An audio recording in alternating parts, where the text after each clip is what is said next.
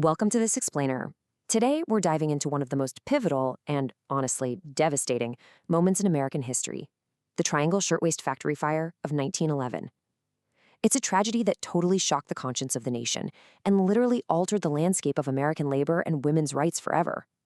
So let's get right into it and understand what happened, why it happened, and how it directly shaped the working world we live in today. Picture this. It's a quiet Saturday afternoon on March 25th, 1911. On that single day, exactly 146 garment workers lost their lives in a horrific, yet completely preventable disaster right in the heart of New York City. The sheer scale of this loss was just staggering. At the time, America was riding this massive wave of economic success. You had skyscrapers going up, millions of immigrants arriving in search of the American dream, but this specific terrible event forced a rapidly industrializing nation to hit the brakes and finally confront the grim human cost of all that booming economic success. Eyewitnesses stood helpless on the street, watching in absolute horror as young workers trapped by the flames plunged from the windows of the Osh building. The building's infrastructure offered absolutely no salvation. Literally hundreds of bystanders gathered in Washington Square Park, watching a total nightmare unfold in broad daylight. It was this visceral, inescapable tragedy that sparked a massive societal reckoning. People could no longer just look the other way. Section 1. The Unregulated Sweatshop Era. To really grasp the stakes of this tragedy, we've got to look at the brutal reality of the New York garment industry at the turn of the 20th century. The workforce was made up mostly of young Jewish and Italian immigrant women, about 70% actually, and half of them were under the age of 20, many barely speaking English.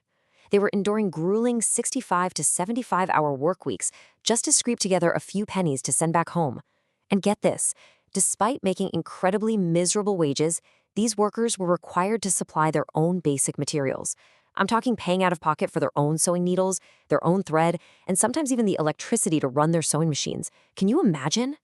Inside the roughly 600 shops and factories across New York City, conditions were just abysmal. Factory owners wielded total, absolute control. Workers were crammed into unsanitary rooms where the air was just thick with highly flammable cotton dust. On top of that, they were hit with heavy fines if they were even a single minute late or accidentally damaged a garment. But most chillingly, owners infamously installed heavy steel doors and locked them from the outside. Why?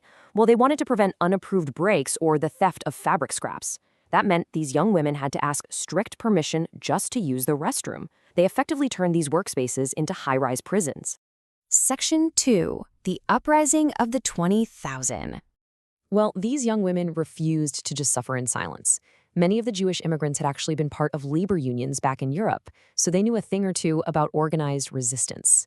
In late 1909, thousands of garment workers crammed into the Cooper Union Hall. They sat there listening to powerful men urge caution for over 2 hours. But then, the whole energy of the room shifted. A 23-year-old garment worker named Clara Lemlich demanded the floor. Delivering this fiery speech in Yiddish, she boldly declared she was done talking and called for a general strike. The crowd went wild. They took a traditional oath of solidarity, and following her lead, an astonishing 20,000 to 30,000 workers walked off the job. It became the largest female strike in American history up to that point. What followed was a brutal clash. Anti-union factory owners fought back with sheer violence. They actually hired thugs to physically assault these teenage strikers on the picket lines, and they bribed police to arrest the young women for totally minor infractions. But then, a crazy plot twist happened. The strikers formed this incredibly powerful alliance with wealthy upper-class society women who became known as the Mink Brigade. We're talking women like Anne Tracy Morgan and Alva Belmont stepping right out of their horse-drawn carriages to join the picket lines. Once these wealthy society women started getting arrested right alongside the working-class immigrants, well, the strike suddenly hit the front pages across the entire country.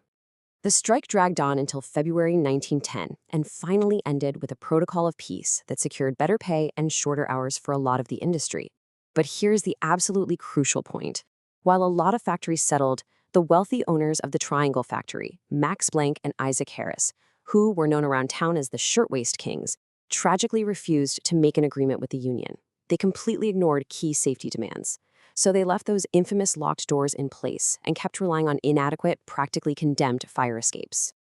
Section 3. The March 25 Tragedy. That fatal refusal to implement basic, common-sense safety measures set the stage for an unimaginable nightmare just a year later. Right around closing time on that Saturday afternoon in 1911, at about 4:40 p.m., workers were gathering their things, getting ready to head home with their paychecks. Out of nowhere, a fire erupted in a scrap bin on the 8th floor of the Ash Building. Because it was fed by thousands of pounds of highly flammable fabric and hanging paper patterns, the fire spread with terrifying explosive speed. Within a matter of minutes, that quiet spring day was completely shattered, and 500 workers were instantly trapped inside the factory. Total panic ensued as the young women rushed for the exits. The workers up on the 9th floor didn't even get a warning until the flames were practically on top of them. When they frantically reached the Washington Place stairwell, they found the doors locked. Just like we talked about earlier, the owners, who were paranoid about workers stealing materials, had deliberately locked those 9th floor doors from the outside. So these workers were completely trapped by the very policies that were put in place just to protect company profits. Some workers managed to reach the building's only fire escape, but it was this flimsy, incredibly narrow iron structure that essentially led nowhere. Under the desperate, panicked weight of dozens of fleeing women, combined with the intense heat of the inferno, that iron fire escape quickly bent, buckled, and totally collapsed. It just tore right away from the masonry, plunging victims nearly 100 feet down to the alley below. Down on the street, horse-drawn fire engines and rescue workers arrived really fast, but they immediately faced a devastating realization. Their rescue ladders were several stories too short. They could only reach up to the 6th floor. And to make matters worse, the water pressure from their hoses completely failed to reach the top floors, where the fire was raging. Firefighters desperately held out life nets, but the sheer horrific force of multiple bodies jumping from 90 feet in the air just tore right through the canvas. The workers were entirely cut off from any hope of rescue. Section 4. Catalyst for safety laws. The gruesome deaths of those 146 workers transformed the public's deep mourning into a relentless, furious, nationwide demand for action. State investigations were rapidly launched, led by future political heavyweights like Francis Perkins and Al Smith. They toured the state and laid bare just how fatally inadequate existing factory safety protocols really were. These investigators found that what few labor laws even existed on paper were practically dead letters in reality. They exposed widespread dangers everywhere, buildings over 3 stories with absolutely zero fire escapes, unshielded dangerous machinery that acted like death traps, and an almost total lack of medical and factory inspectors to enforce any rules at all. Because of this, the Triangle disaster became the ultimate catalyst for systemic change. It rapidly accelerated the creation of strict factory inspections, mandatory accident reporting, and vital workmen's compensation laws. These new laws did something super important. They guaranteed payments in case of fatal and serious accidents, so grieving families wouldn't be forced into total destitution. But more than that, by making accidents incredibly expensive for employers, they basically forced factories to adopt new, rigorous standards of safety and sanitation to prevent those accidents from happening in the first place. Section 5. Igniting the suffrage movement. Now, working-class women knew that just relying on the goodwill of factory owners or male politicians wasn't going to be enough to keep them alive. So organizations like the Women's Trade Union League and even temperance groups began explicitly linking workplace survival directly to the suffrage movement. They framed the vote not just as a political right, but as absolutely essential for their physical protection. They literally called it a vote for fire protection. The momentum for equal voting rights was becoming unstoppable as these social reform movements united. They realized that disenfranchised workers would never, ever be truly safe. And guess who was leading this charge?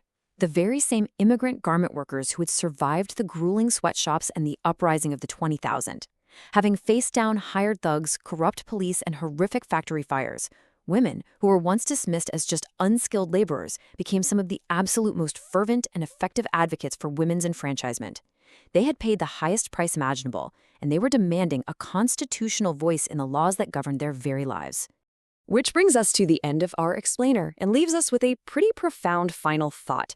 Every single time we walk into a building and see a brightly lit exit sign, an unblocked fire escape, or panic bars on doors that actually open outward, we have to ask ourselves, how often do we take for granted the very workplace safety laws that were paid for by the tragic sacrifices of those 146 young workers in 1911? Their legacy isn't just trapped in the history books, it's quite literally built into the architecture of every safe workplace we enter today. Thank you so much for joining me for this explainer, and I hope this gives you a completely new perspective on the hidden history behind our modern world.